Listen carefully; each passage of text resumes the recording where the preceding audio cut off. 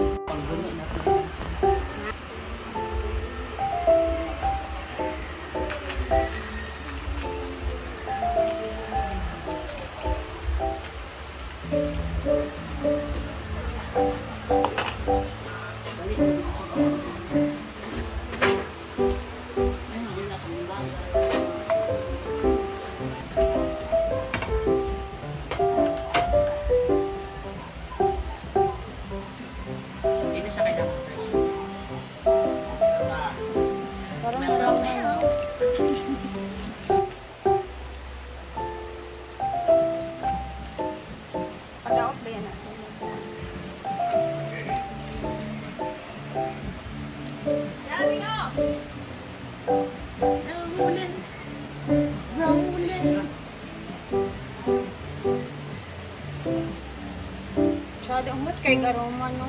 Nakikita na.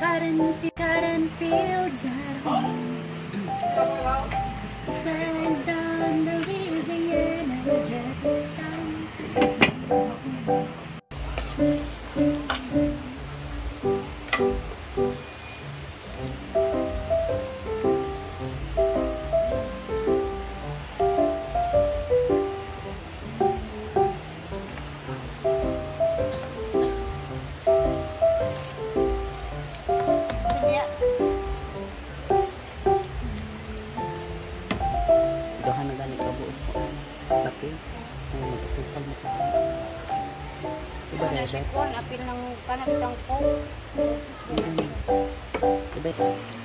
Vinegar.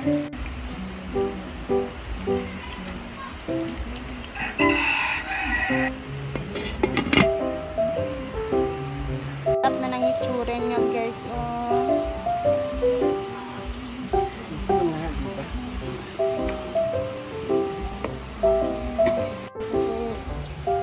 Since timing na ubos na lahat na yung ano namin, yung Spanish sardines, ito yung lagay ng Spanish sardines natin. As in, sinok lahat. Ito na ang ilalagay natin. Ang ating gourmet. Kung saan, ito po yung style na bet namin dito na lasa. Baka isipin nyo, iba yung style na pagkaluto ko, pero dito po yung bet na lasa namin. Lagyan ko talaga siya ng oyster sauce kasi bet namin yung medyo maalat-alat talaga. Though yung fish naman hindi siya maalat kasi nga binabad ko sa tubig saglit. So yung mga ano niya, yung alat niya is medyo nawala. Hindi talaga siya masyadong maalat na isla. Yung pagkatimpla dun sa binilhan natin. Ibig ko lang yung air.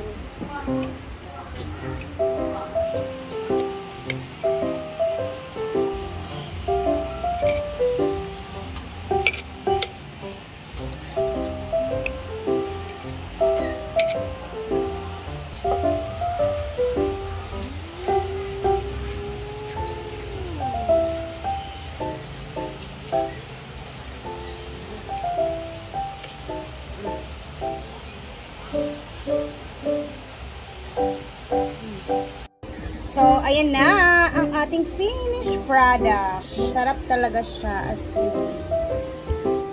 So, tingnan na naman natin kung ilang araw na naman to bago maubos. Kasi yung Spanish sardines na ginawa natin, siguro 4 na araw yun.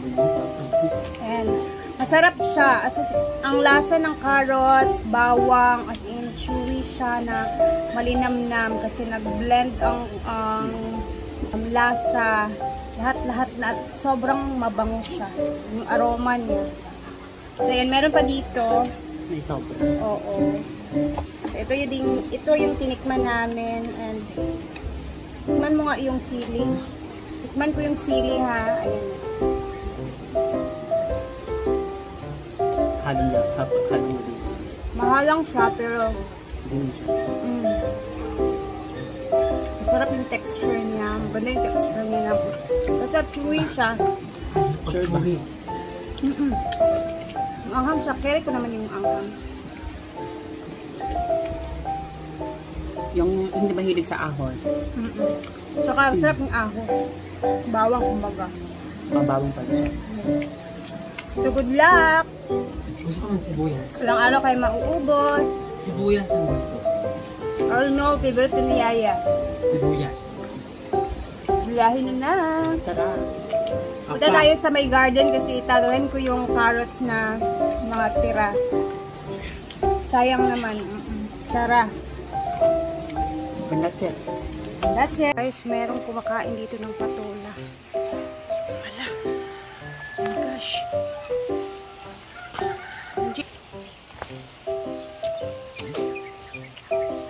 Lami, Gwen? Ito yung lasa. Tamis? Pupino. Pino? Adi, abe, pati labi. Kabulingit, manggid yung dagway. Pero pika. Tikman natin ang Tinawad ako, unang pila na pipino. Nag-ano po Wala sila, ka naman, wala tawag naman eh. nito guys. Nagko-content po sila kasi isisend yan kay Brenda para sa kanya. Medyo malaki na kasi yung mga pipino.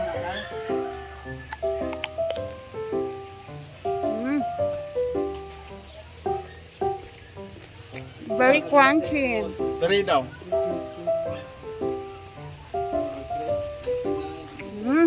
Yeah, eh.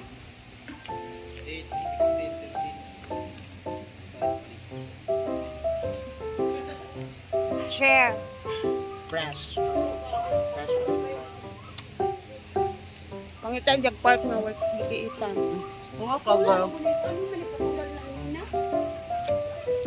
Ngayon, kanina Tingnan natin yung makuha nila kanina ng mga pipino. Naman. Ayan, our first harvest sa mga pipino. And hinarvest po namin guys kasi po isisend namin kay Brenda yung ang content na yon for harvesting. And ayan si Bimbo nag video kay Gwen for the cinematic video update sa kanyang tawag nito sa kanyang vlog ni Brenda.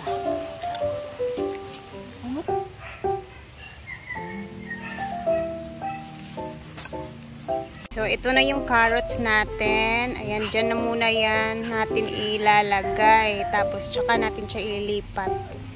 Ayan, puno po yan ng mga nilagay natin dyan ng mga, ayan, oh, mga compost. Parang ginawa ko kasi siyang compost pit. Pero dito muna natin siya ilalagay para, ayan, tumubo na yung mga green dyan soon. Makikita natin after how many days. Kaya, abangan!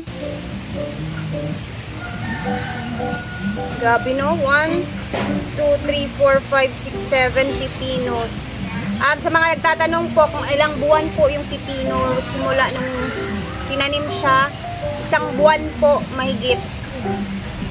Tapos ayan na, may bunga na siya. Diba, ang dali lang, hindi natin namamalayan.